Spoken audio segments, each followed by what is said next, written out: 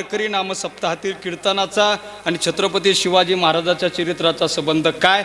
आजचा अभंग धर्मपर निवडला म्हणून तुकोबाऱ्यांच्या अभंगातून शिवरायांचं वर्णन करण्याचा हा सुयोग. कारण शिव तुझे नाव ठेविले पवित्र छत्रपती सूत्र विश्वाची की.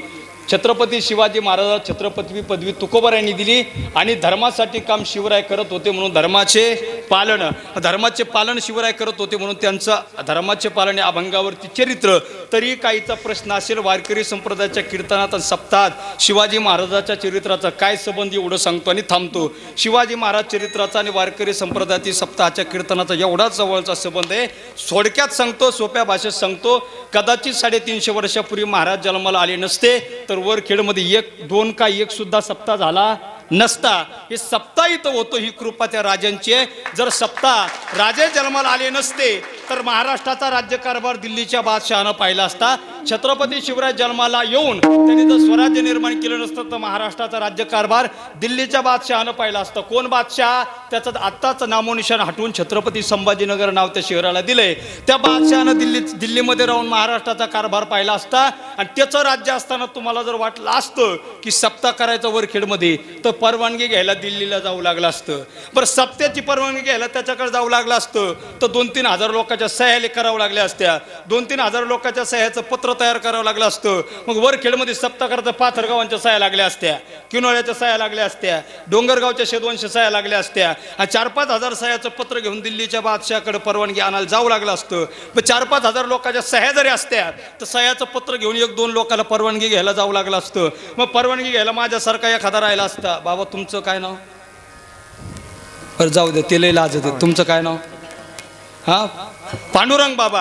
हे पांडुरंग बाबा सारखे एखादे बाबा माझ्यासोबत राहिले असते, माझ्यासारखा एखादा महाराज राहिला असता, आम्ही दोघं तुमच्यासारख्या 2-4 हजार लोकांच्या सह्याचं पत्र घेऊन दिल्लीच्या बादशहाकडे गेलो असतो. आणि बादशहाकडे गेलो असतो त्याचं राज्य असतं, परवानगी सप्त्याला घ्यावं लागली असती. मी काही गजानन महाराज राहिलो नसतो आणि हे काही पांडुरंग बाबा राहिले नसते. मी अब्दुल भाई झालो असतो आणि हे सुद्धा गफूर चाचा झाले असते. आणि गफूर चाचा आणि अब्दुल भाई दिल्लीच्या बादशहाकडे परवानगी घ्यायला गेले असते. आणि दिल्लीच्या बादशहानं आमच्याकडे पाहिलं असतं आणि मला म्हणाले असते, आओ अब्दुल मिया आओ, गफूर चाचा तुम भी आओ, क्या काम है तुम्हारा? आणि मग मी हळूच म्हटलं असतो, हुजूर हम वरखेड नगरी में सप्ताह करना चाहते हैं.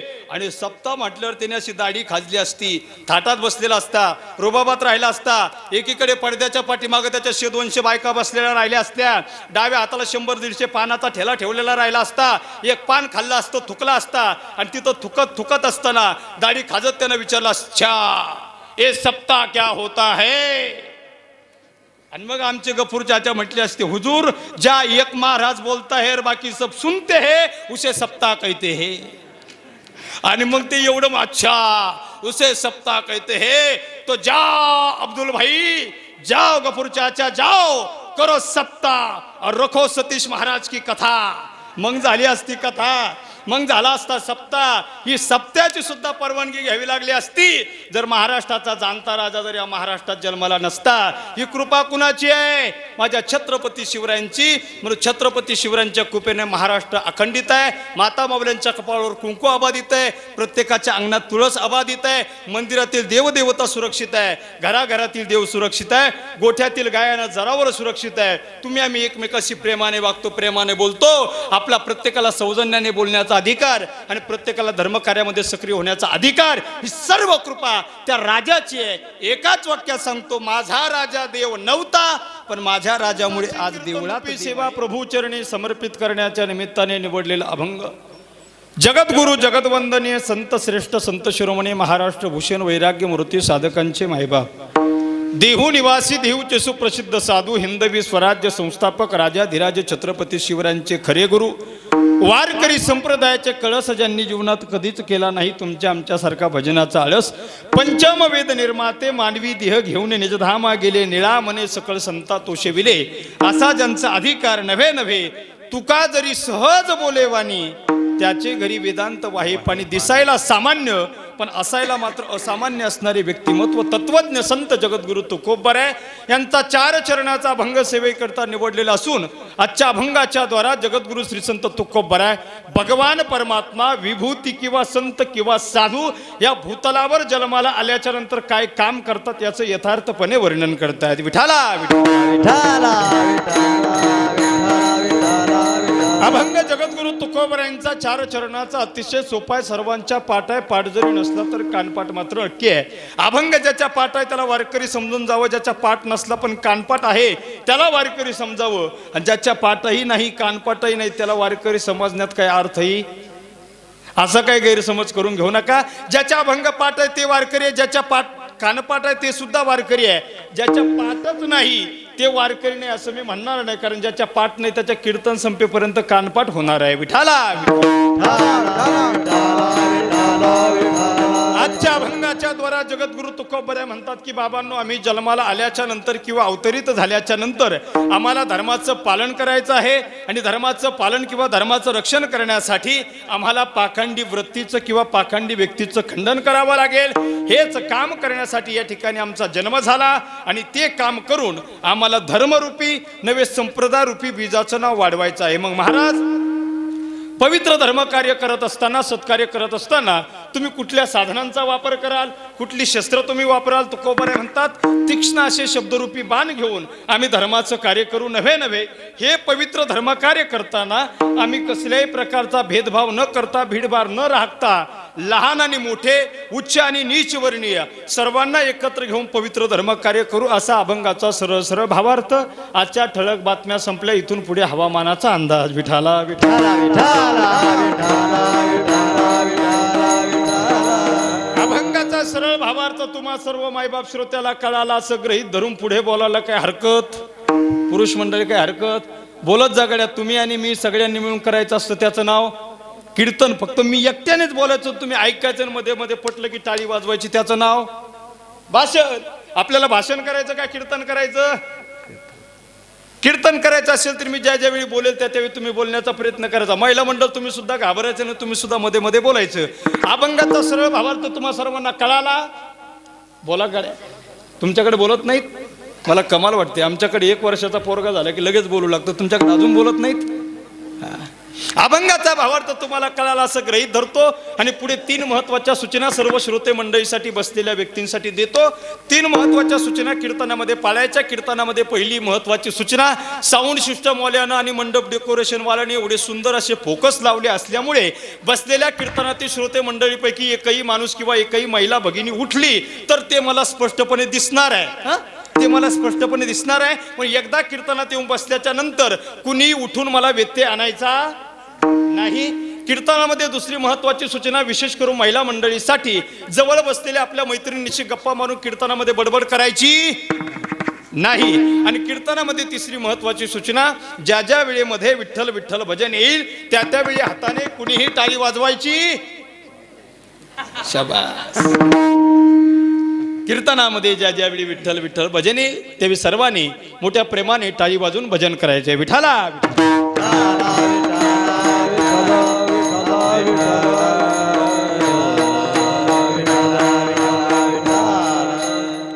तुम्ही आम्ही खेळीमेळी गदारुळी आनंद या न्यायाने आजचं कीर्तन पार पडणार. तुकोबऱ्याच्या अभंगामधून धर्म नावाची एक पवित्र संकल्पना तुमच्या आमच्या समोर मांडत आहेत. तुकोबरे म्हणतात आम्ही किंवा आमच्यासारखे विभूती किंवा भगवान परमात्मा या भूतलावर अवतार धारण करत असताना 3 महत्वाचे कामं करतो. भगवान परमात्मा, विभूती किंवा संत यांच्या अवतार कार्याचे 3 प्रकार, 3 कारण आहेत. भगवान परमात्मा या भूतलावर अवतार धारण करत असताना 3 कारणासाठी अवतार धारण करतो. ती कारणं भगवान परमात्मा स्वतः अर्जुनाशी संवाद साधताना श्रीमद भगवद्गीतेमध्ये आपल्या मुखारविंदातून व्यक्त करतात. अर्जुनाला उपदेश करताना भगवान परमात्मा अर्जुनाला म्हणतात, अर्जुना, जेव्हा जेव्हा धर्माला ग्लानी येते, धर्माला आलेली ग्लानी दूर करण्यासाठी, धर्म संकटात आलेला त्याची पुनश्च एकदा स्थापना करण्यासाठी किंवा धर्माचं रक्षण करण्यासाठी मी त्या ठिकाणी अवतार घेतो.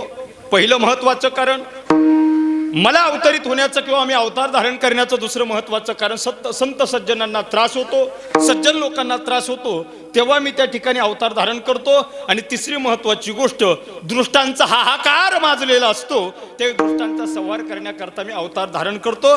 एक धर्माची स्थापना किंवा धर्माचं रक्षण, दुसरा भक्तांचा सांभाळ, आणि तिसराचा संहार, तिसऱ्या दृष्टांचा संहार किंवा दृष्टांचं निर्दलन. या 3 कारणाकरता भगवान म्हणतात मी अवतार धारण करतो. भगवंत श्लोकाद्वारे सांगतात, अर्जुना, यदा यदा ही धर्मस्य ग्लानिर्भवति भारत अभ्युत्थानम धर्मस्य तदात्मानं सृजाम्यहम परित्राणाय साधूनां विनाशाय च दुष्कृतां धर्म संस्थापनार्थाय संभवामी युगे युगे. अर्जुना, जेव्हा धर्माला ग्लानी येते तेव्हा मी अवतार धारण करतो आणि धर्माची पुन्हा एकदा स्थापना करतो. ज्या ज्यावेळी या भूतलावर धर्म संकटात सापडेल त्या त्यावेळी तुमच्या आमच्या सारख्यानं धर्माची काळजी अजिबात करायची. काही लोक आम्हाला म्हणतात, महाराज लोकांनी कीर्तनाचे एवढे पैसे घेतल्यावर धर्माचं कसं व्हायचं? तू काळजी करू नको, हा, तू काळजी करू नको. धर्माची स्थापना करण्यासाठी आणि धर्म पुनश्च एकदा स्थापन करण्यासाठी भगवान परमात्मा स्वयंभू आहे. भगवान परमात्मा समर्थ आहे. भगवान परमात्म्याने आपल्या भक्ताला दिलेलं ब्रीद पाळण्यासाठी त्याची त्या कर्तव्याची पराकाष्ठा त्याला करायची आणि त्याचं कर्तव्य त्याला निभवायचं, म्हणजे त्याच्या धर्माचं पालन त्याला करायचे. धर्म रक्षावया अवतार घेशी, धर्म रक्षावया अवतार घेशी, धर्म रक्षावया अवतार घेशी, धर्म रक्षावया अवतार घे, धर्म रक्षावया अवतार घेशी, धर्म रक्षावया अवतार घेशी, धर्म रक्षावया अवतार घेशी, धर्म रक्षावया अवतार घेशी. आपुला पाळीशी भक्त जना, आपुला पाळीशी भक्त जना, आपुला पाळीशी भक्त जना, आपुला पाळीशी भक्त जना.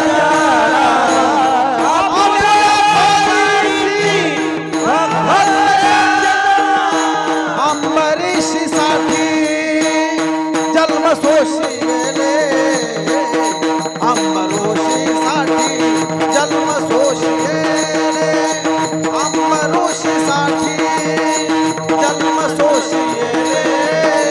जन्म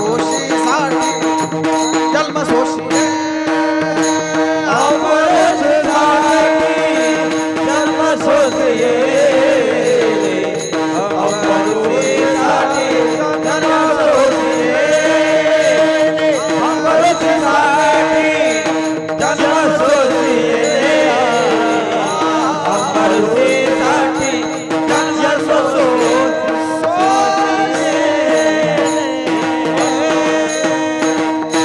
भगवान परमात्मा म्हणताय, धर्मरक्षावय अवतार घेशी, आपुल्या पाळीशी भक्त जना, अंबऋषीसाठी जन्म सोशिले, दृष्ट निर्दाळिले कित्येक. अंबऋषीसाठी जन्म घेतलेले आहे आणि दृष्टाचं निर्दाळन केलेलं आहे आणि धर्माचं रक्षण केलेलं आहे. भगवान परमात्म्यानं भक्ताला दिलेलं ब्रीद प्रत्येक अवतारामध्ये सांभाळलेलं आहे आणि भगवान परमात्म्यानं भक्ताला दिलेलं ब्रीद सांभाळणं आणि 3 कारणासाठी जन्म घेणं म्हणजे हा भगवान परमात्म्याचा धर्म आहे. जसा देवाला धर्म आहे तसा संताला धर्म आहे, जसा संताला धर्म आहे तसा प्रत्येक तुमच्या आमच्यासारख्या सर्व सामान्य जीवाला सुद्धा धर्म. काय आहे जीवाला धर्म? एखादा मनुष्य जन्माला आला, त्याच्या पोटी एखादा मुलगा जन्माला आला, मुलाला लहानाचं मोठं करणं त्याच्या आई वडिलाचा धर्म आहे. मुलगा लहानाचा मोठा करणं आई वडिलाचा धर्म आहे. कुठपर्यंत मोठा करायचा, त्याला शिक्षण द्यायचं, लहानाचा मोठा करायचा, त्याचं लग्न वगैरे लावून द्यायचं. त्याचं लग्न वगैरे लागलं, त्याची ती धर्मपत्नी घरात आली की जवळपास आई वडिलाची कर्तव्य कमी होतात आणि त्याच्याकडे कर्तव्य सुरू होतात. जन्माला घातल्याच्या नंतर लहानाचं मोठं करून शिक्षण देऊन आपल्या मुलाचा कुटुंब प्रपंच व्यवस्थित करून देणं इथपर्यंत माता पित्याचं कर्तव्य म्हणजे त्यांचा तो धर्म आहे. आणि एकदा का लग्न झालं, घरात आला गुरु की दीक्षा देणं झालं सुरू. दीक्षा देणारा गुरु का घरात आला की त्या माता पित्याला कुठं ठेवायचं? जनावराच्या गोठ्यात, वृद्धाश्रमात. त्या पुत्राचा तिथून पुढे धर्म असेल की माझ्या माता पित्याची सेवा करायची. 3 गोष्टी अनुषंगानं सांगून जाईल. आपला ज्यावेळी जन्म होतो, आपण लहान असतो, त्यावेळीच्या 3 क्रिया लक्षात ठेवा. आपण लहान असताना आपले आई वडील आपल्याला एकटं सोडून कुठं जात नव्हते, ही पहिली क्रिया आपण लक्षात ठेवली पाहिजे. आपण थोडेसे मोठं होतो, आपल्याला भूक लागू लागते, पण आपण जे तोंडातून शब्द बाहेर पडतात, आपल्या तोंडात दात नसल्या कारणानं आपले शब्द आपल्या मायबापाला कळत नाही. अस्पष्ट असणारे शब्द सुद्धा मायबाप स्पष्टपणे समजून घेतात आणि लागेल ती वस्तू, लागेल तो बालहट्ट आपला वेळेवर पुरवतात. ही दुसरी गोष्ट लक्षात ठेवा. आपण अजून थोडेसे मोठे होतो, आता आपण बसू लागतो, आता आपण रांगू लागतो, पण आता आपल्याला गल्लीला पळावंसं वाटतं, पण आपल्याला चालता येत नाही. आपली आई किंवा आपले वडील आपल्या करंगुळीला पकडतात आणि आपल्या चालायला शिकवतात. ही तिसरी क्रिया लक्षात ठेवा. कशासाठी क्रिया लक्षात ठेवायला सांगतो, पुढचं ऐका. आता आपलं लग्न झालेलं आहे, आपले मायबाप म्हातारे झालेले आहे. या 3 क्रिया कशासाठी लक्षात ठेवायच्या? आपण लहान असताना आपले मायबाप आपल्याला एकटं सोडून कुठं जात नव्हते. ही क्रिया वृद्धपणी मायबापाच्या आठवा. आपला माय किंवा बाप म्हातारे झालेला असेल तर वृद्ध वडिलाला किंवा वृद्ध आईला एकटं सोडून कुठं जाऊ नका. यासाठी पहिली क्रिया. आपले मायबाप आता म्हातारे झालेले, आपण तारुण्याच्या मस्तीमध्ये जीवन जगतोय, पण आपल्या म्हाताऱ्या बापाच्या तोंडातले दात पडलेले आहे आणि तोंडातले दात पडल्यामुळे आपल्या बापाला जर भूक लागली असेल तर आपला बाप आपल्याला भाकरी मागत असेल, पण भाकरी मागताना तोंडात ते दात पडल्यामुळे ते शब्द स्पष्ट येत नसतील तर ते शब्द स्पष्टपणे समजून घेऊन त्यांना लागेल ती वस्तू पुरवणं, ही दुसरी क्रिया. आणि तिसरी क्रिया मी सांगितलं, आपल्याला बालपणी करंगुळीला पकडून चालायला शिकवलं. ही क्रिया कशासाठी? आपला बाप म्हातारा झालेला आहे आणि आपल्या गावात सप्ताह चालू आहे आणि बापानं पोराला म्हणावं, पोरा अरे आपल्या गावात सप्ताह चालू आहे, 5 दिवस झाले आज सप्ताहाला, माझी सुद्धा कीर्तन ऐकण्याची इच्छा आहे, पण जागेवरून उठता येत नाही, उठलं तर डोळ्याने दिसत नाही, चालता येत नाही, माझ्या करंगुळीला पकड आणि मला मंदिरापर्यंत घेऊन चाल. पोरानं बालपणाची क्रियाकृती आठवावी आणि आपल्या वडिलाच्या करंगुळीला पकडावं आणि मंदिरापर्यंत घेऊन यावं. या 3 क्रिया. लहानाचं जन्माला घातल्याच्या नंतर लहानाचं मोठं करून शिक्षण देऊन त्याचा कुटुंब व्यवस्थित करून देणं जसं त्या आई वडिलाचं कर्तव्य, तसंच लहानाचं मोठं झाल्याच्या नंतर त्या मुलानं वृद्धपणी माता पित्याचा सांभाळ करणं त्या मुलाचं कर्तव्य आहे. आणि प्रत्येकाचं कर्तव्य कर्म हाच प्रत्येकाचा धर्म आहे. विठाला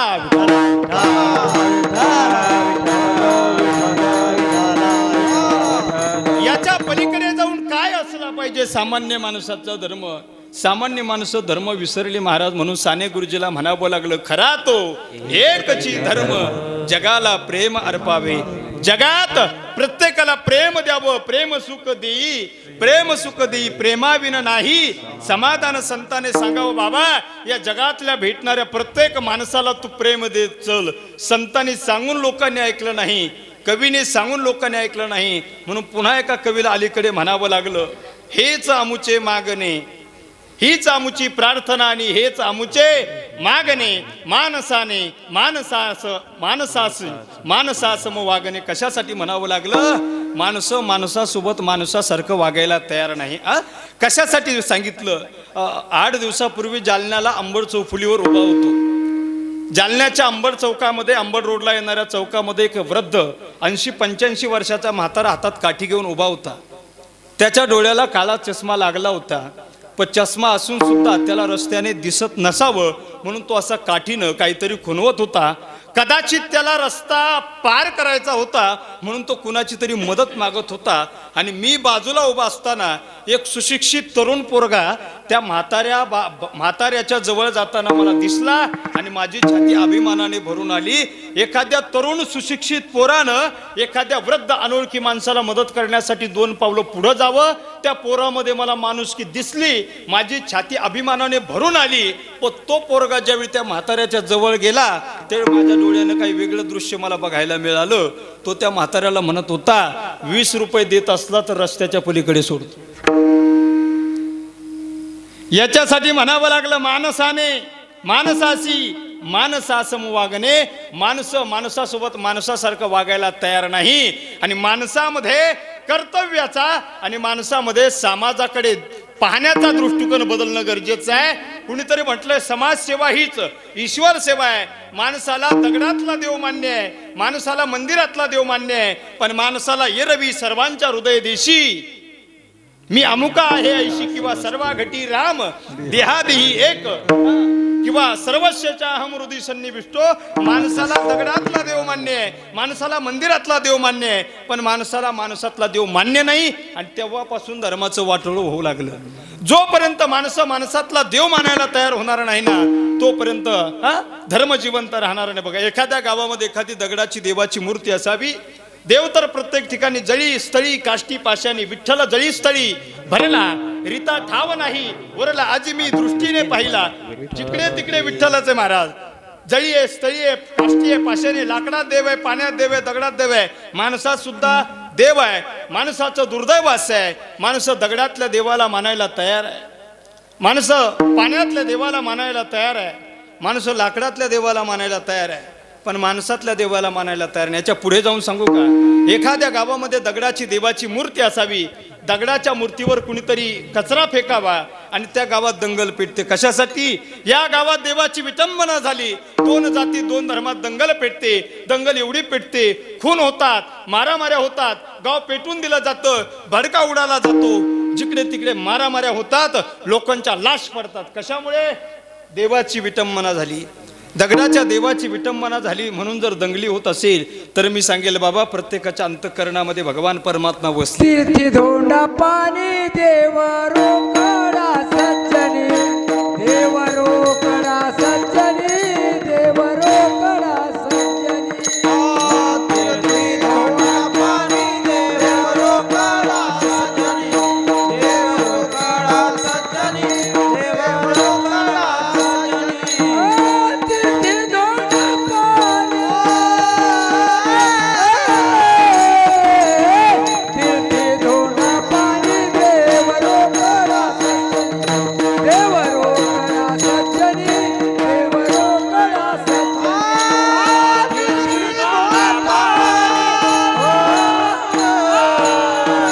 तीर्थी धोंडा पाणी, देव रोकडा सज्जनी, रोकडा सज्जनी, देव रोकडा सज्जनी.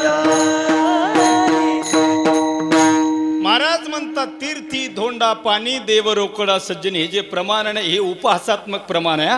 उपहासात्मक म्हणजे दगडातल्या देवाला मानून माणसातल्या देवाला न मानणाऱ्या लोकांसाठी महाराजांनी स्वतंत्र प्रमाण लिहिलं. महाराज दगडातला देव मानत नाही असं नाही. कदाचित मीही बोलत असताना काही ना गैरसमज व्हावा, हा महाराज सुद्धा दगडातला देव मानत नाही का? पण उपहासात्मक प्रमाण महाराजांनी दिलंय की तीर्थी धोंडा पाणी, तीर्थातल्या देवाला ते धोंडा म्हणाले. आणि तीर्थातलं जे जल असतं, जे पावित्र्य त्या गंगेच्या पाण्याचं असतं, जे पावित्र्य त्या नदीच्या पाण्याचं असतं, त्याला काय म्हटले? जल म्हणजे पाणी म्हटले. पाणी त्याला तीर्थ सुद्धा म्हटले नाही. हे कशासाठी? जे माणसातल्या देवाला मानत नाही म्हणून माणसाने माणसातल्या देवाला मानलं पाहिजे. हाच खरा धर्म. याच्या पुढे जाऊन माणसाचा धर्म सांगेल. बघा, एखाद्या गरीबाच्या मुलीचं लग्न असावं. गरीबाच्या मुलीचं लग्न आहे. गरीब माणसानं सावकाराकडे जावं, सावकाराला हात जोडावे. सावकार, माझ्या मुलीचं लग्न अचानक ठरलं. 1 लाख रुपये माझ्याकडे आहे, पण अजून 1 लाख रुपयाची मला नितांत गरज आहे.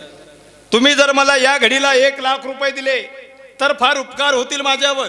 तुम्ही जर मला 1 लाख रुपये दिले तर एवढे उपकार होतील, मरतेवेळी एखाद्या वेळी मी देवाचं सुद्धा नाव घेणार नाही, पण तुमचं नाव घेतल्याशिवाय मरणार नाही. सावकार, मला 1 लाख रुपयाची मदत कराल का? सावकारानं प्रांजळ भावानं म्हणावं, अहो पाटील, तुमची मुलगी काय आणि माझी मुलगी काय? तुमच्या मुलीच्या लग्नासाठी 1 लाख रुपये मागता. तुमची मुलगी काय, माझी मुलगी काय? 1 लाख रुपये तुम्हाला देऊ. व्याज देऊ नका. 1 लाख परत द्या. तुम्हाला जेव्हा देता येतील तेव्हा द्या, पण मुलीचं लग्न करा. हे 1 लाख रुपये घेऊन जा. असं ज्यावेळी एखादा व्यक्ती म्हणत असेल ना दादा, तर मी सांगेल ते या देशाचं रक्त आहे. तो या देशातील लोकांचा खरा धर्म आहे. पण याच्या उलट घडतं कधी कधी. गरीब माणसानं सावकाराकडे जावं, सावकार माझ्या पुरीचं लग्न आहे, 1 लाख रुपयाची नितांत गरज आहे. तेच वाक्य उच्चारावे. तुम्ही जर 1 लाख रुपये दिले, मरतेवेळी मी तुमचं नाव घेऊन मेल्याशिवाय राहणार नाही. एवढे उपकार होतील माझ्यावर. माझ्या कातडीची जोडी मी तुमच्या पायात घालायला तयार आहे. सावकार, फक्त 1 लाख रुपये मला यावेळी द्या. त्यावेळी त्या सावकाराला म्हणावा, अरे पठ्या, तुझ्या कातडीची जोडी माझ्या पायात घालण्यापेक्षा तुझ्या नावावर जो 3 एकरचा 7-12 आहे तो माझ्या नावावर करून दिला तर नाही का चालणार? असं ज्यावेळी एखादा सावकार म्हणत असेल ना दादा, तर मी सांगेल त्या रक्ताबद्दल आम्हाला शंका आहे. विठाला विठाला.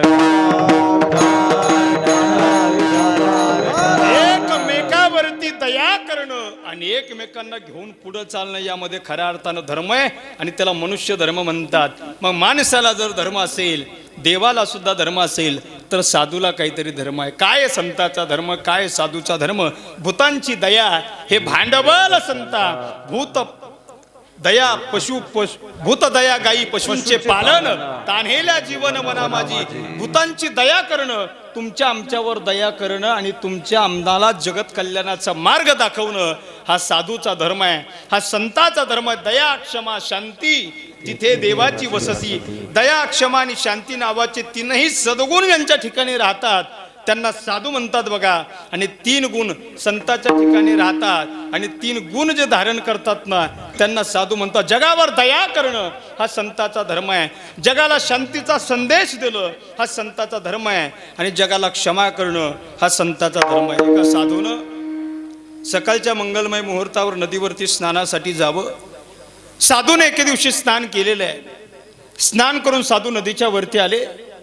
सूर्यनारायणाला हात जोडलेले आहे आणि त्याच वेळी साधूचं लक्ष नदीकडे गेलं. नदीतून एक विंचू वाहत चालला होता. वाहत चालणाऱ्या विंचवाला साधूनं पाहिलं आणि अलगदपणे त्या पाण्यामध्ये हात घातला. त्या विंचवाला आपल्या तळ हातावर घेतलं आणि वाचवण्याच्या दृष्टिकोनातून त्याला जमिनीवर ठेवलं. पण जमिनीवर ठेवताना त्या विंचवानं दंश केला, नांगी मारली. तो काय महाराज नव्हता आशीर्वाद द्यायला, त्यानं दंश केला. साधूनं त्याला खाली ठेवलेला आहे. साधूचा मंत्रोच्चार पुन्हा सुरू झाला. तेवढ्यात तो विंचू पुन्हा पाण्यात गेला आणि पाण्यात पडलेल्या विंचवाला साधूने पुन्हा वाचवलं. आपल्या हातावर घेतलं, खाली ठेवणार त्या विंचवाने पुन्हा दंश केला. 3-4 वेळा साधूने त्याला वाचवलंय. विंचवाने 3-4 वेळा साधूला दंश केला. जवळून चाललेल्या एका पोरानं विचारलं, ओ बाबा, मी बराच वेळापासून पाहतोय तुम्ही त्या विंचवाला वाचवताय, पण तो विंचू तुम्हाला पुन्हा पुन्हा दंश करताय. एवढ्या वेळा दंश करून सुद्धा तुम्ही त्याला पुन्हा पुन्हा का वाचवता? साधून गालावरती स्मित हास्य करून उत्तर दिला, रे पोरा, मला दंश करण्याचा त्याचा धर्म जर विंचू सोडत नसेल तर त्याला वाचवण्याचा माझा धर्म मी का सोडावा? या जगावर क्षमा करणं, या जगावर दया करणं हा साधूचा धर्म आहे आणि तो धर्म त्यांनी पाळला म्हणून आज आपला धर्म जिवंत आहे. विठाला विठाला. उभ्या हयातीत फक्त धर्म कार्य करण्याची संकल्पाने धर्म कार्य करण्याची पवित्र जिज्ञासा धारण करून साधू जीवन व्यतीत करत असतात. जगद्गुरु तुकोबर यांच्या जीवनाच्या अनुषंगाने बघा, फक्त धर्माचं पालन करण्यासाठी तुकोबर यांचं जीवन होतं. महाराज काय तुकोबर यांची दिनचर्या होती? सकाळी उठावं, स्नान करावं आणि स्नान केल्यापासून तर मंगलमय मुहूर्तापासून तुकोबर यांनी झोपेपर्यंत तुकोबर यांचा एकच हुद्दा, एकच काम धंदा असायचा. रात्रंदिवस आम्हा युद्धाचा प्रसंग, कोणतं युद्ध? दिन रजनी हाती धंदा, गोविंदाचे पवाडे, गोविंदाचे पवाडे, गोविंदाचे पवाडे. दिन रजनी हाती धंदा, गोविंदाचे पवाडे, गोविंदाचे पवाडे, गोविंदाचे पवाडे. दिन रजनी हाती धंदा, गोविंदाचे पवाडे, गोविंदाचे पवाडे, गोविंदाचे पवाडे. दिन रजनी हाती धंदा, गोविंदाचे पवाडे, गोविंदाचे गोविंदाचे पवाडे, गोविंदाचे पवाडे, गोविंदाचे पवाडे.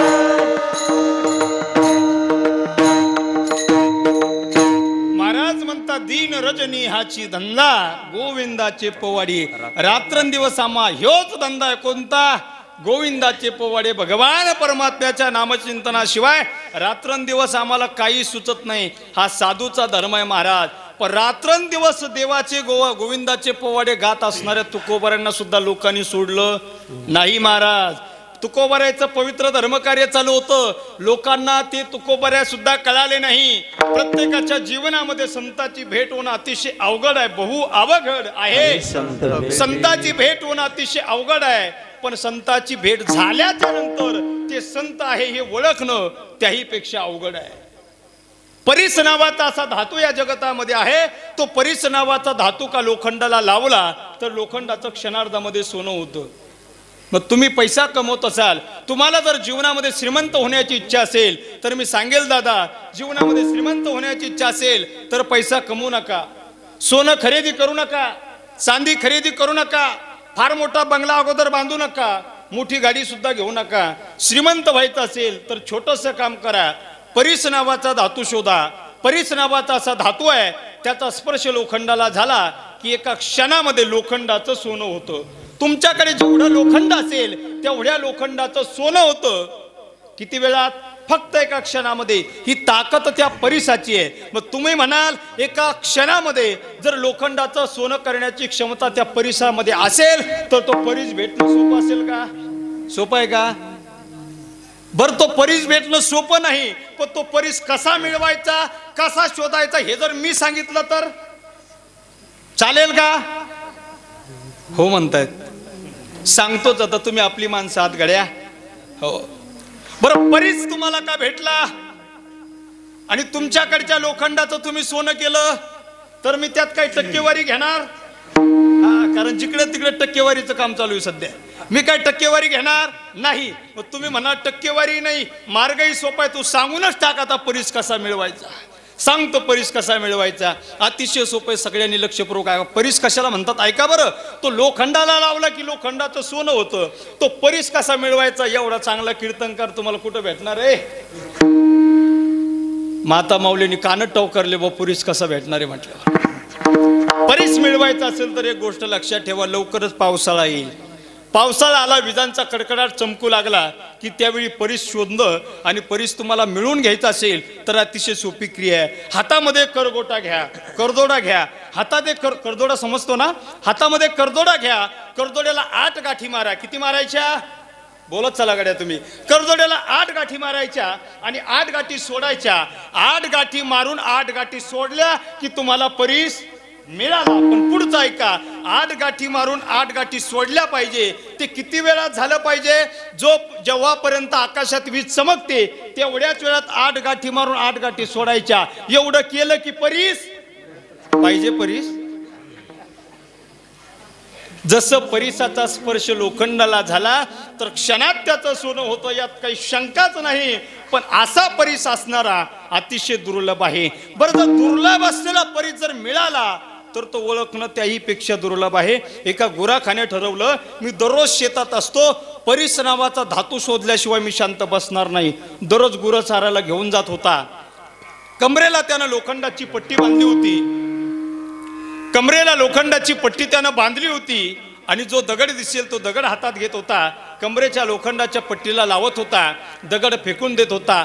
4-5 वर्ष त्यानं प्रयत्न केला, पण प्रयत्न केल्यानंतर काय मिळत नाही महाराज जगात. प्रयत्न करिता वाळूचे कण रगडिता तेलही गळे, प्रयत्नांती परमेश्वर. प्रयत्न केल्यानं जर देव मिळत कारण अभ्यास तुका म्हणे, कारण अभ्यास तुका म्हणे, कारण अभ्यास तुका म्हणे, कारण अभ्यास तुका म्हणे. असाध्य ते साध्य करिता सायास, असाध्य ते साध्य करिता सायास, असाध्य ते साध्य करिता सायास. कारण अभ्यास तुका म्हणे, कारण अभ्यास तुका म्हणे, कारण अभ्यास तुका म्हणे, कारण अभ्यास तुका म्हणे. अभ्यासानं आणि प्रयत्नानं या जगामधली कोणती गोष्ट माणसाच्या जीवनामध्ये भेटणं अवघड नाही. परीस भेटेल गड्या, पण तो कोणता परीस आहे हे ओळखणं अवघड आहे. साधू भेटेल कदाचित तुमच्या आमच्या जीवनामध्ये, पण ते साधू आहे हे ओळखणं त्याही पेक्षा अवघड आहे. तुकोबाराय देहू नगरीमध्ये अवतरित झाले, पण देहूच्या लोकांना श्री महाराज कळाले नाही. जोपर्यंत महाराज हयात होते, महाराजांचं वैकुंठ गमन होण्याच्या अगोदरचा काळ बघा, गावातल्या सर्व लोकांनी तुकोबारायांना त्रास दिला. एवढा त्रास दिला, तुकोबारायांच्या उधाऱ्या बुडवल्या. तुकोबारायांचा पिढीजात सावकारकीचा व्यवसाय होता. बैलगाड्या भरल्या होत्या. कर्ज वाटपाच्या वह्यानं त्या सर्व वह्या इंद्रायणीच्या डोहात बुडवल्या आणि जगातली पहिली कर्जमाफी तुकोबऱ्यांनी केली. ज्या लोकांचं कर्ज माफ केलं त्या लोकांनी सुद्धा तुकोबऱ्यांना त्रास देणं थांबवलं नाही. काय करायचे, रात्रंदिवस भजन करायचे. तुकोबऱ्यांनी गाथा लिखाणाचं काम हाती घेतलंय. तुकोबऱ्या गाथा लिहित होते, लोकांनी त्याला सुद्धा विरोध केला. अरे तो कुणब्याचा तुकाराम जर म्हणतोय वेदाचा तो अर्थ आमाशीच ठावा, एरानी वावा भारमाता. कुणब्याच्या लोकांना जर आता वेद सांगावा, शास्त्र सांगावं, तर आमच्यासारख्या धर्मपंडितानं काय करावं. तत्कालीन स्वयंघोषित धर्मपंडितांनी तुकोबऱ्यांना एवढा विरोध केला. तुकोबऱ्यांच्या गाथा इंद्रायणीच्या डोहात बुडवण्याचा प्रयत्न केला, पण उपोषण केलं महाराजानं. हे देवा, ही गाथा लिहितोय धर्म जिवंत ठेवण्यासाठी, ही गाथा लिहितोय जगत कल्याणासाठी. ही गाथा म्हणजे पवित्र संकल्प आहे आणि सत्य संकल्पाचा दाता नारायण. या गाथेतला संकल्प सत्य आहे, पवित्र आहे, संकल्पना सुद्धा सत्य आहे. जगत कल्याणासाठी जर या गाथेची निर्मिती उत्पत्ती मी केली असेल तरी गाथा वाचवण्याचं काम तुझं आहे. जर का माझी गाथा बुडाली तर माझी गाथा जोपर्यंत माझ्या हातात पुन्हा मिळत नाही तोपर्यंत हा तुकाराम अन्नाचा कणही सेवन करणार नाही. तुकोबऱ्यांना इंद्रायणीच्या तीरावर उपोषण केलं आणि जगाच्या मालकानं ती गाथा परत दिली. कशी दिली? कुटाळ बुद्धीच्या लोकांनी त्या गाथेला दगड बांधले होते. दगड बांधून इंद्रायणीच्या डोहा सोडली होती. पण जशाच्या तशा तरंगून वरती आल्या. तारी येल्या जैशा लाह्या, जशा लाह्या तरंगतात तशी तुकोबऱ्यांची गाथा वरती आली. एवढ्यावर थांबले नाही. तुकोबऱ्याची गाढवावरून धिंड काढली. एवढ्यावरही थांबले नाही. महाराजांना एवढा त्रास दिला. अहो, सर्वसामान्य लोकांनी त्रास द्यावा यात नवल नाही.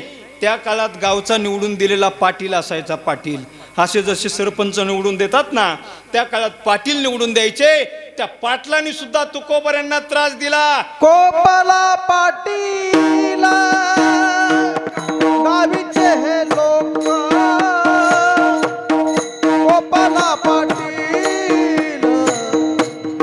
गावीचे हे लोक, कोपला पाटील गावीचे हे लोक, कोपला पाटील गावीचे हे लोक. आता माझ भीक कोण घाले, आता माझ भीक कोण घाले, कोपला पाटील गावीचे हे लोक, आता माझ भीक कोण घाले, कोपला पाटील गावीचे हे लोक, आता माझ भीक कोण घाले, आता माझ भीक कोण घाले, आता माझ भीक कोण घाले, आता माझ भीक कोण घाले, आता माझ भीक कोण घाले,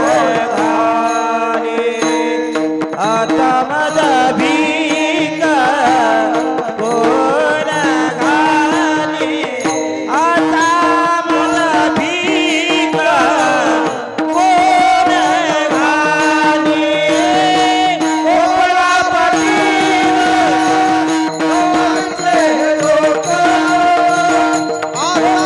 पाटील गावीचे हे लोक, आता माझ भीक कोण घाले, कोपला पाटील गावीचे हे लोक, कोपला पाटील गावीचे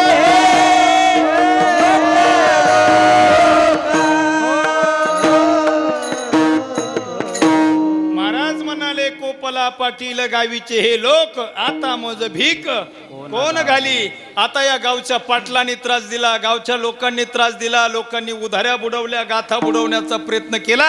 आणि आपल्याला जर परमार्थ करायचा असेल, आपला धर्म जिवंत ठेवायचा असेल तर पारमार्थिक साधना थांबवायची नाही. काय करावं? तुकोबऱ्याने एक संकल्प केला. तुका म्हणे आम्हा एकांताचा वास, किंवा तुका म्हणे आता ऐका वचन, तेजोनिया जन भक्ती करा. आता लोक त्रास देत असेल, माझ्या भक्ती मार्गामध्ये माझ्या धर्म कार्यामध्ये जर आड येत असतील, या लोकांचा त्याग करतो आणि आता भजनामध्ये माझं इथून पुढचं आयुष्य खर्च करतो. मग तुकोबाऱ्यांनी लोकांची संगत कमी केली आणि तुकोबाऱ्या भंडाऱ्या डोंगरावरती जाऊन भजन करू लागले. बोराडेश्वर डोंगरावर जाऊन भजन करू लागले. अरे भामचंद्र आणि भंडाऱ्या डोंगरावर जाऊन भजन करत असताना ते सुद्धा लोकांना सहन झालं नाही. एके दिवशी तुकोबाऱ्या भंडाऱ्या डोंगरावरती भजन करण्यासाठी गेलेले आहे आणि तुकोबाऱ्यांच्या देहू गावात एक नटी आली. नटी कळते तुम्हाला? नटी म्हणजे जी नाचते ती पोराव. नटी म्हणजे जी नाचते ती. सध्या सोशल मीडियावरती, यूट्यूबवरती, व्हॉट्सअपवरती, ट्विटरवरती, इंस्टाग्रामवरती, सगळ्या सोशल मीडियावर एक नटी प्रचंड व्हायरल होते पोराव. काय नाव तिचं? काय नाव? गौतमी पाटील. हुशार पोरं आहेत, त्यांना बक्षीस दिलं पाहिजे. सध्या महाराष्ट्रासह देशात एकाच व्यक्तीच्या नावाची चर्चा आहे. त्या व्यक्तीचं नाव काय? गौतमी पाटील. किती सुंदर नाचते, काय पोरं पाहतात आमचे. गौतमी पाटील चर्चेत आल्यापासून आमच्या पोरांचा अभ्यास कमी झाला महाराज. तशी जे गौतमी पाटील देहू गावात त्यावेळी आली, ती सुंदर नाचत होती. सुंदर नाचणाऱ्या गौतमी पाटीलला त्या देहू गावच्या लोकांनी विचारलं, का ग का नाचते तू? तिनं सांगितलं, पोटासाठी नाचते, हा माझा व्यवसाय आहे. इतकी सुंदर नाचतेस तू, किती पैशाची अपेक्षा आहे तुला? तिनं अपेक्षा सांगितली आणि देहू गावच्या 4-2 लोकांनी सांगितलं, बघ जेवढ्या पैशाची अपेक्षा तुला आहे त्यापेक्षा जर अधिक पैसे तुला मिळाले तर चालेल का? ती म्हटली, का चालणार नाही, मी पैशासाठीच नाचते. मग एक काम करतेस का? काय? आम्ही रस्ता दाखवतो, त्या रस्त्यानं त्या डोंगरावरती जायचंय. त्या डोंगरावरती तुकाराम महाराज नावाचे व्यक्ती भजन करत बसलेले आहे. त्यांना प्रेमाच्या जाळ्यात अडकवायचं आणि या मोहपाशात का तू अडकवलं तर तू तोंडाने जी मागशील ती बक्षीस आम्ही तुला द्यायला तयार आहे. ती पैशासाठीच नाचत होती. पायातील घुंगराचा आवाज वाजवत वाजवत वाजवत ती भंडाऱ्या डोंगरावर गेलेली आहे. जसजशी तुकोबाऱ्यांच्या जवळ जाते तसतसा तिच्या पायातील घोंगराचा आवाज वाढू लागलेला आहे. पण तुकोबाऱ्या तिच्याकडे दुर्लक्ष करतायत. तुकोबाऱ्यांच्या अजून जवळ गेली, तुकोबाऱ्या तिच्याकडे दुर्लक्ष करतायत. अगदी जवळ गेली, महाराजांचं दुर्लक्ष आहे. अहो एवढ्या दूर येऊन, पैशाच्या अपेक्षेनं येऊन, ज्याच्यासाठी आले तो जर आपल्याकडे पाहत नसेल तर काय करावं? अगदी जवळ गेली तुकोबाऱ्यांच्या आणि तुकोबाऱ्याला खुणवण्याचा प्रयत्न केला. त्यावेळी तुकोबाऱ्यांनी पाहिलं आणि उत्तर दिलं, जाई हो तू माये न करी सायाचा, जाई हो तू माये न करी सायाचा, आम्ही विष्णुदास तैसे, आम्ही विष्णुदास तैसे. जाई हो तू माते न करी सायाचा, जाई हो तू माते न करी सायाचा, आम्ही विष्णुदास तैसे, आम्ही विष्णुदास तैसे हो.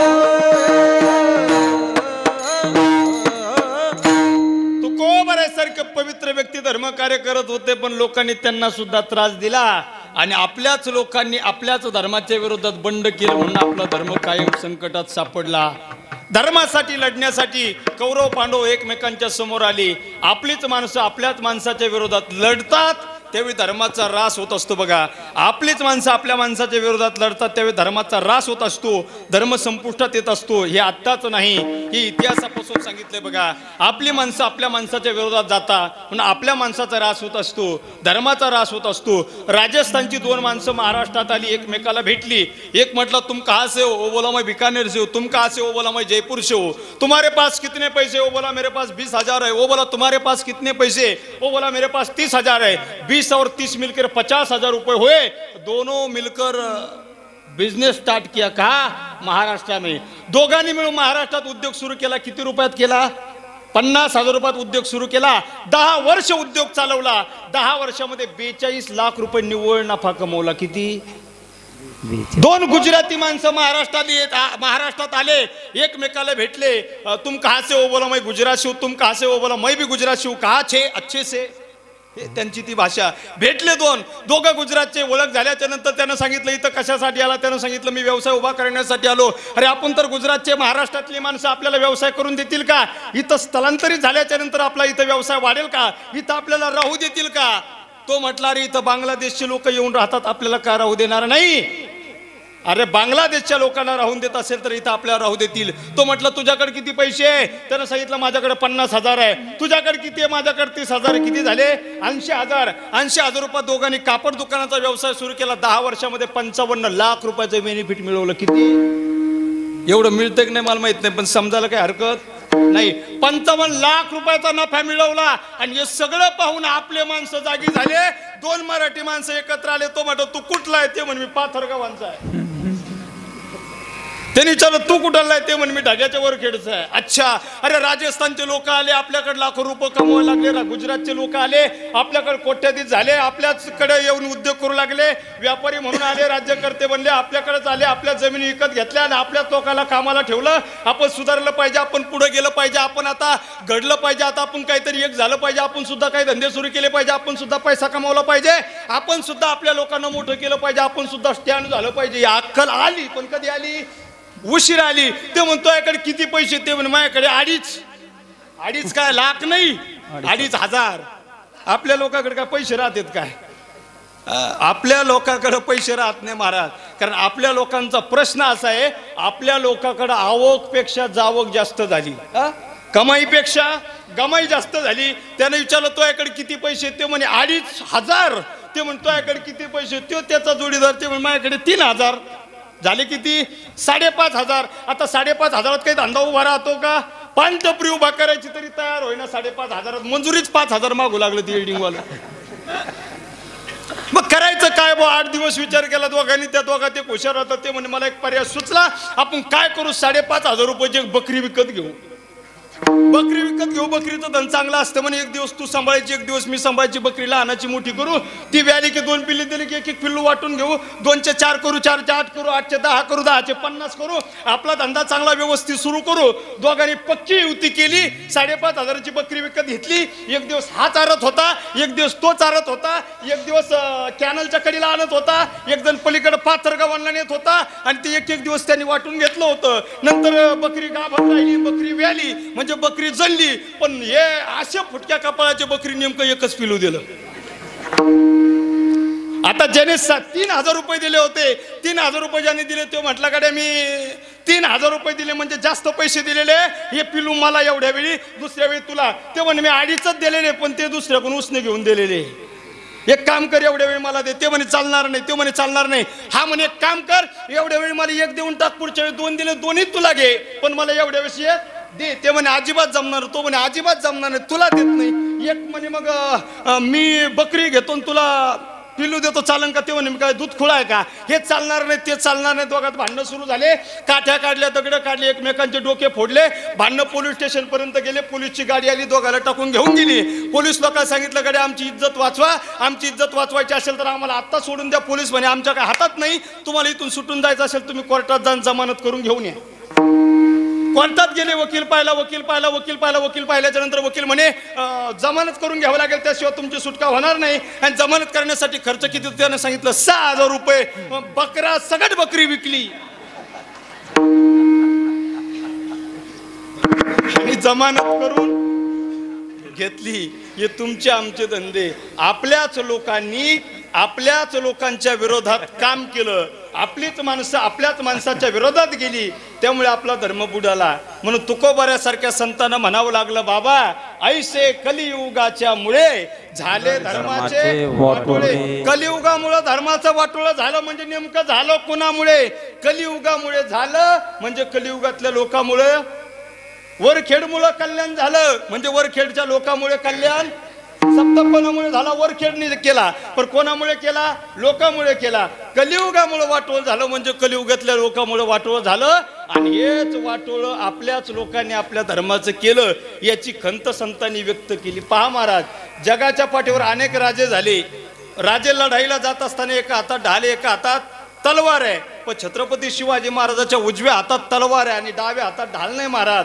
डावा हात रिकामा आहे महाराजांचा आणि ढाल कुठे? पाठीवर आहे. कशासाठी माहिती आहे का? कारण महाराजांना माहिती आहे किती बलाढ्य शत्रू आला तर या समशेरीच्या जोरावर मी त्याचा निपात करू शकतो, पण आपले ज्यावेळी आपल्या पाठीत खंजीर खुपसतात त्यावेळी पाठीवर ढाल असली पाहिजे याची महाराजाला जाण होती. म्हणून महाराजांनी पाठीवर ढाल ठेवलेली आहे. आपलीच माणसं आपल्या धर्माच्या विरोधात गेली म्हणून धर्माचा राज झाला. 350 वर्षापूर्वी या महाराष्ट्राच्या मातीमध्ये असाच धर्म संकटात आला होता. जिकडे तिकडे हिरव्या झेंड्याचा सावट आहे. घरट्यातील पक्षी सुरक्षित नव्हते की गोठ्यातील जनावर सुरक्षित नव्हते. मंदिरातील देवदेवतांच्या मूर्ती सुरक्षित नव्हत्या की घराघरातील माता भगिनी सुरक्षित नव्हत्या. जिकडे तिकडे आकांत मानला होता दुश्मनाने, आकांत. आणि अशा आकांत मानलेल्या दुर्दैवी परिस्थितीमध्ये ज्याने स्वतःच्या मनगटाच्या जोरावर हिंदवी स्वराज्याची स्थापना केली, औरंग्या घायाळ केला, अफजलाचा कोथळा काढला, शाहिस्ताची बोटं छाटली आणि अशा सर्व दुश्मनांचा नाश करून सह्याद्रीचा चक्रवर्ती सम्राट झाला. अशा धर्मवीर कर्मवीर शूरवीर दानवीर छत्रपती शिवरायाला सर्वांनी जोरदार टाळ्या वाजून मानाचा मुजरा करा माईबाप. अशा छत्रपती शिवाजी महाराजांनी 350 वर्षापूर्वी या महाराष्ट्राच्या मातीमध्ये हिंदवी स्वराज्य निर्माण केलं होतं. हिंदवी स्वराज्य निर्माण करण्यापाठीमागे एकच उद्देश भाव होता, तो म्हणजे रयतेच्या डोळ्यावर सुखाचं छत्र धरावं.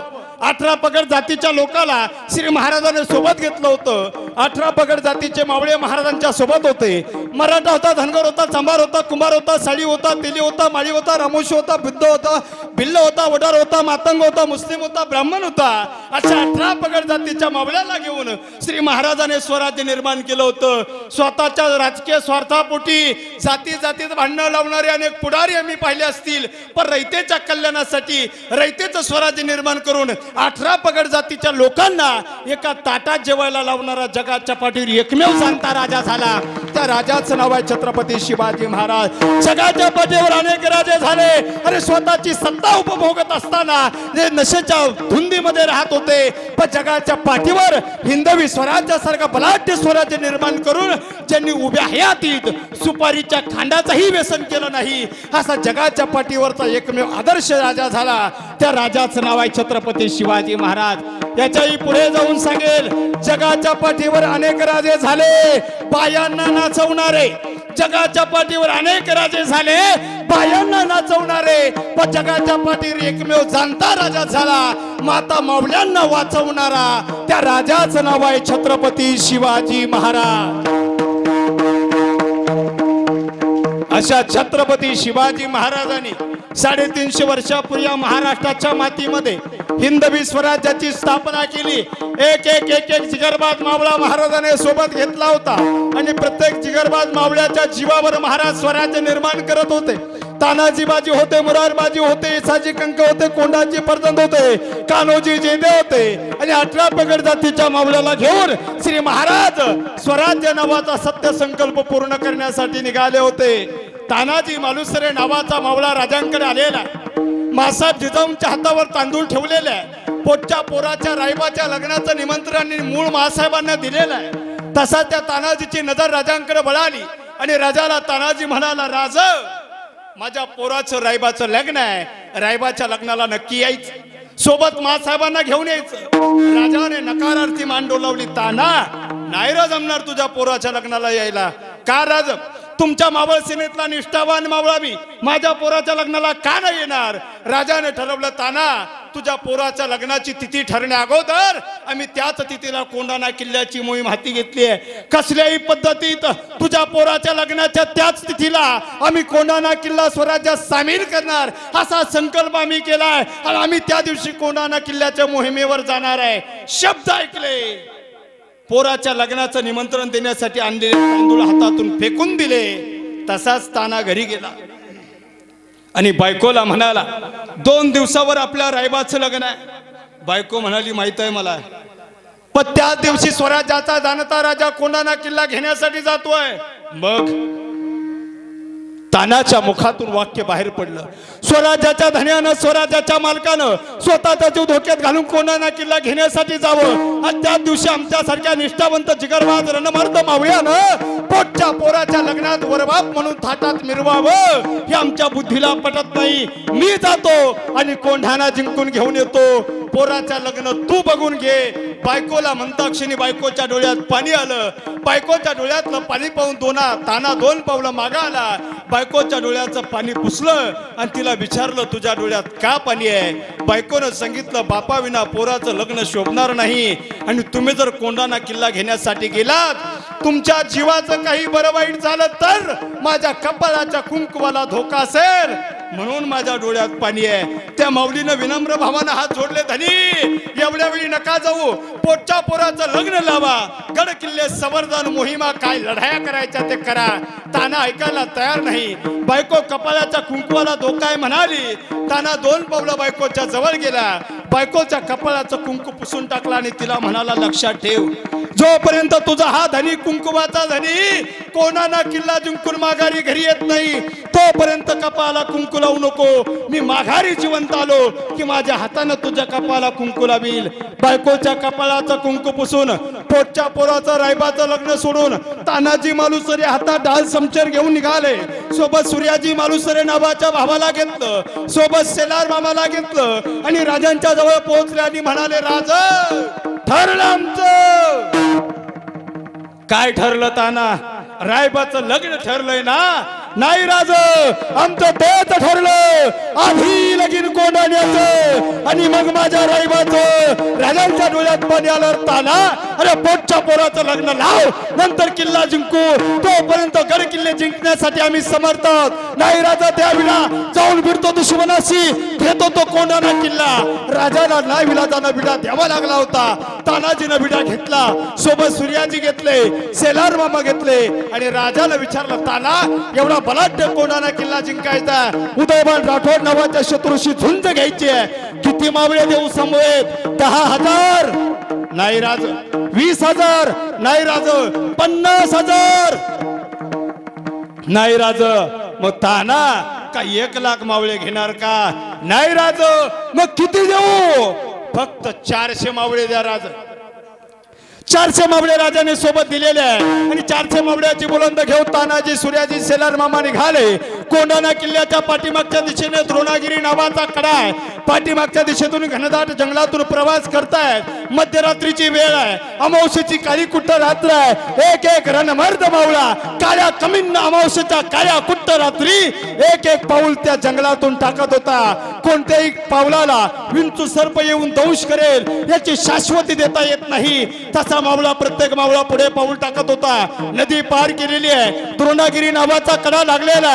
आता मावळे द्रोणागिरी कड्याच्या जवळ आले पण वरती कसं चढून जायचं लक्षात येत नाही. आणि मावळे तानाजीला म्हणाले सुभेदार या बुलंद गडकोटावर या द्रोणागिरी कड्यावर चढण्यासाठी वाट नाही कसं चढून जायचं. आणि तानाजी म्हणाले जैसे वानर चढून या जाती.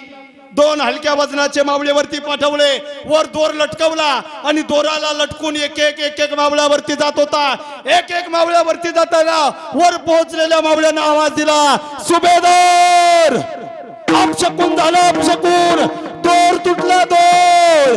दोराला लटकून जाणारा एक मावळा तरी कोसळला होता. अरे शत्रूशी झुंज देण्या अगोदर अपशकून झाला होता आणि मावळ्याचं रक्त शत्रूशी झुंजण्या अगोदर त्या किल्ल्यावर सांडलं होतं. पण या गोष्टीला अपशकून सांगून चालणार नव्हतं कारण राजाला शब्द दिला होता जोपर्यंत कोंढाणा घेत नाही तोपर्यंत हा ताना तोंड सुद्धा दाखवणार नाही. तानाने पुन्हा एकदा मावळ्याची फौज सज्ज केली. वरती जाऊ लागली आणि मध्यरात्री 2:30 वाजेच्या वेळेला तानाजी सूर्याजी सेलार मामा आणि आदी मावळ्यांची फौज कोंढाणा किल्ल्यावर पोहोचली आणि एकाच गर्जना कोंढाणा किल्ल्यावर झाली. हर हर हर हर कोंढाणा किल्ल्यावर गर्जना हर हर महादेवची झाली. जय भवानीचा जल्लोष झाला. ही किंकाळी दुश्मनाच्या कानावर गेली आणि दुश्मन धावून उठले. आग्या मोहन चौताळून उठावं तशी दुश्मनाची फौज उठली. अरे त्या ठिकाणी तानाजीच्या आणि मावळ्यांच्या अंगावर धावून आली. हजारो दुश्मन तानाजीच्या अंगावर धावून आले. टाल समची उपसल्या गेल्या. कुणाचे हात छाटले जात होते. कुणाचे पाय छाटले जात होते. कुणाचे मस्तक छाटले जात होते. अरे कोंढाणा किल्ल्यावर रक्ताचा सडा पडत होता. अरे कोंढाणा कोंढाणा किल्ल्यावर रक्ताचा सडा पडत असताना तानाजीचे मावळे हजारो दुश्मनावर तुटून पडले होते. हजारो दुश्मन तानाजीच्या मावळ्यावर तुटून पडले होते. त्याच वेळी किल्ल्याचा किल्लेदार उदयभान राठोड तानाजीच्या समोर नकनकतीत समशेर घेऊन आला आणि तानाजीकडे बघून म्हणला, होय कशी हिंमत झाली तुझी इथं येण्याची. या कोंढाणा नावाच्या बलाढ्य किल्ल्यावर भर दिवसा समोरच्या दिशेने येण्याची कुणाची हिंमत होत नाही. मध्यरात्री पाठीमागच्या दिशेनं अवघड अशा बुरुजावरून येण्याची हिंमत केलीस. काय नाव तुझं? मिशाला पीळ देत तानाजी म्हणाले, नरवीर सुभेदार तानाजी मालुसरे म्हणतात. या देहाला म्हणतात दुश्मनाची समशेर तानाच्या अंगावर धावणारी. डाव्या हातावर समशेरीचा वार झाला. दुश्मनाच्या समशेरीचा दुसरा वार तानाच्या पाठीत झाला. तानानं समशेर उपसली. दुश्मनावर एक एक वार करू लागता. पण भक्ताक्षरी उदयभान राठोड नावाचा दुश्मन त्याच मातीत कापला. पण क्षणार्धात तानाजीला सुद्धा कोंढाणा किल्ल्यावर गतप्राण व्हावं लागलं. दुश्मन तर कापला होता. कोंढाणा किल्ला स्वराज्यात आला होता. सूर्याजी मालुसरेनं कोंढाणा किल्ल्यावरचं हिरवं निशाण काढलं होतं. भगवं निशाण फडकवलं होतं आणि सूर्याजीनं गड जिंकला. तानानं गड जिंकला म्हणून सूर्याजी मोठमोठ्याने आनंदाने नाचू लागला. आणि त्याच वेळी सूर्याचं लक्ष समोरच्या दिशेनं गेलं. सूर्याजीचा सख्खा भाऊ नरवीर तानाजी मालुसरे रक्ताच्या थारुळ्यात पडलेला सख्खा मोठा भाऊ सूर्यानं पाहिला. एकच आंबडा फोडलं वराला, दादा उठा दादा. राजाला दिलेल्या शब्दा खातीर आपण कोंढाणा किल्ला जिंकला. या कोंढाणा किल्ल्यावर भगवं निशाण फडकवलं दादा. हा किल्ला घेतलाय दादा आपण बघायला डोळे उघडून. या किल्ल्यावर भगवं निशाण किती सुंदर फडकतंय. उठा दादा. तुमच्या बायकोनं माझ्या भाऊजाईनं जर मला विचारलं, माझा कुंकुमाचा धनी माझ्या कपाळाचं कुंकू पुसून कोंढाणा किल्ला घेण्यासाठी गेला होता, कुठे माझा धनी, तर काय उत्तर देऊ दादा? तुमच्या पोरानं माझ्या पुतण्यानं रायबानं तर विचारलं, माझा बाप माझं लग्न सोडून कोंढाणा किल्ला घेण्यासाठी गेला होता, कुठे माझा बाप? विचारलं तर काय उत्तर देऊ? राजानं विचारलं तानाजी कुठे आहे, तर काय उत्तर देऊ दादा? रक्ताच्या थारुळ्यात पडलेल्या तानाला सूर्यानं पालखीत ठेवलं, राजांकडे आला. राजाला मुजरा केला, किल्ला जिंकल्याचा आनंद राजाला दिला. पण त्याच वेळी राजे म्हणाले, सूर्या माझा ताना कुठं आहे? तेच शब्द ऐकले, सूर्याच्या डोळ्यात पाणी आलं. सूर्याच्या डोळ्यातलं पाणी पाहून राजांच्या डोळ्यात पाणी आलं आणि राजाला कळालं, माझा ताना या जगात राहिला नाही. राजांच्या मुखातून 3 शब्द बाहेर पडले, जगदंब जगदंब जगदंब. राजांच्या डोळ्यातलं पाणी मासाहेबांना पाहिलं आणि मासाहेब म्हणाल्या, राज तुमच्या डोळ्यात पाणी आहे, काय रडताय? कशामुळे तुमच्या डोळ्यात पाणी आहे? तानाजीला कोंढाणा घेता आला नाही का? कोंढाणा नावाचा गडकिल्ला आपल्या राज्यात स्वराज्यात आणता आला नाही का राज? नसेल आणता आला तर न येऊ द्या, पुढच्या मोहिमेत ताना नक्की तो किल्ला घेईल. राज काय झालं नेमकं, गड आला नाही का? राजांच्या मुखातून वाक्य बाहेर पडलं, मासाहेब गड आला पण माझा सिंह गेला. आणि मासाहेबांच्या आज्ञेखातीर तेव्हापासून कोंढाणा किल्ल्याचं नामकरण करून त्याला सिंहगड असं नाव देण्यात आलं. माईबाप हे जे केलंय ना मावळ्यानं, हे जे बलिदान दिलंय, ही जी आहुती दिली, हे कशासाठी? तर धर्माचं पालन करण्यासाठी, अभंगाचं धर्माचे पालन, धर्माचे पालन, धर्माचे पालन, धर्माचे पालन, धर्माचे पालन, धर्माचे पालन, धर्माचे पालन, धर्माचे पालन, धर्माचे पालन, धर्माचे पालन, धर्माचे पालन, धर्माचे पालन, धर्माचे पालन.